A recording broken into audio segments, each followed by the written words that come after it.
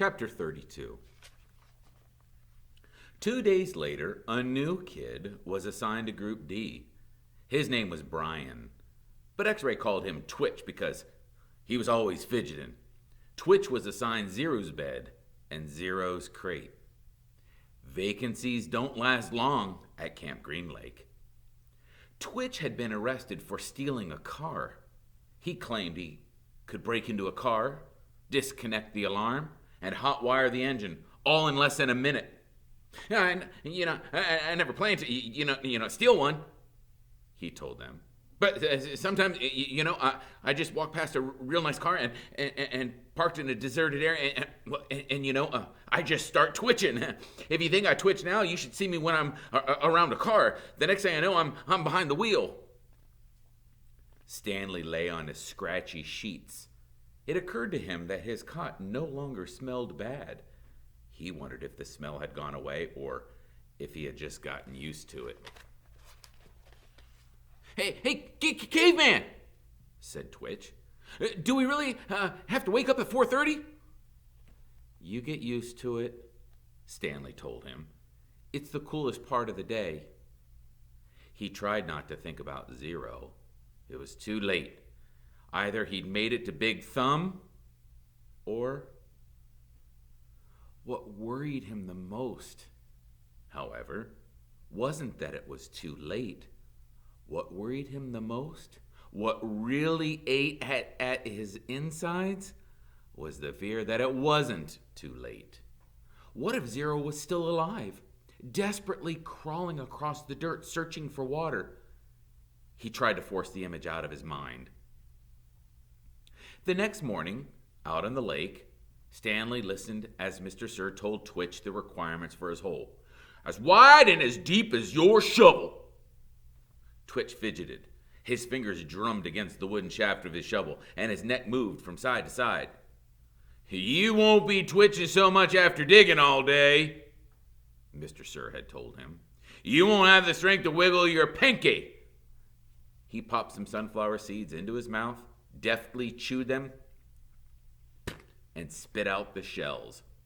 This isn't Girl Scout camp. The water truck came shortly after sunrise. Stanley got in line behind Magnet, ahead of Twitch. What if it's not too late? He watched Mr. Sir fill X-Ray's canteen. The image of Zero crawling across the hot, dry dirt remained in his head. But what could he do about it? Even if Zero was somehow alive after more than 4 days, how would Stanley ever find him? It would take days. He would need a car. Or a pickup truck. A pickup truck with a tank full of water in the back? Stanley wondered if Mr. Sir had left the keys in the ignition. He slowly backed away from the line, then circled over to the side of the truck. He looked through the window. The keys were there, dangling in the ignition. Stanley felt his fingers start to twitch. He took a deep breath to steady himself and tried to think clearly. He had never driven before. But how hard could it be? This is really crazy, he told himself. Whatever he did, he knew he'd have to do it quickly before Mr. Sir noticed. Oh, it's too late, he told himself. Zero couldn't have survived. But what if it wasn't too late? He took another deep breath. Think about this, he told himself. But there wasn't time to think. He flung the door open to the truck and climbed quickly inside. Hey! Shouted Mr. Sir. He turned the key and stepped in on the gas pedal. The engine revved. The truck didn't move. He pressed the pedal to the floor. The engine roared, but the truck was motionless. Mr. Sir came running around the side of the truck. The door was still open. Put it in gear!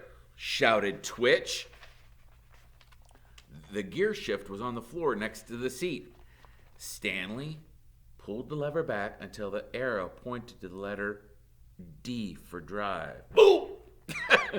The truck lurched forward. Stanley jerked back against the seat and tightly gripped the wheel as the truck accelerated. His foot was pressed to the floor.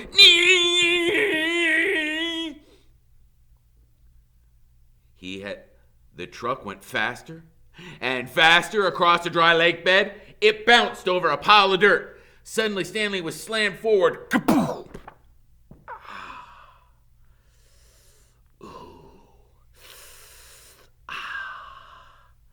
He sighed. He instantly backward, an airbag exploded in his face. Oh, he fell out of the open door and onto the ground. Stanley had driven straight into a hole. He lay there on the dirt, staring at the truck, which stuck lopsided into the ground. He sighed. He couldn't blame his no-good, dirty, rotten, pig-stealing great-great-grandfather this time. This time, it was his own fault. 100%. He had probably just done the stupidest thing he had ever done in his short and miserable life. He managed to get to his feet.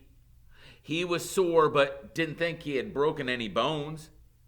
He glanced back at Mr. Sir, who remained where he was, just staring at Stanley. He ran.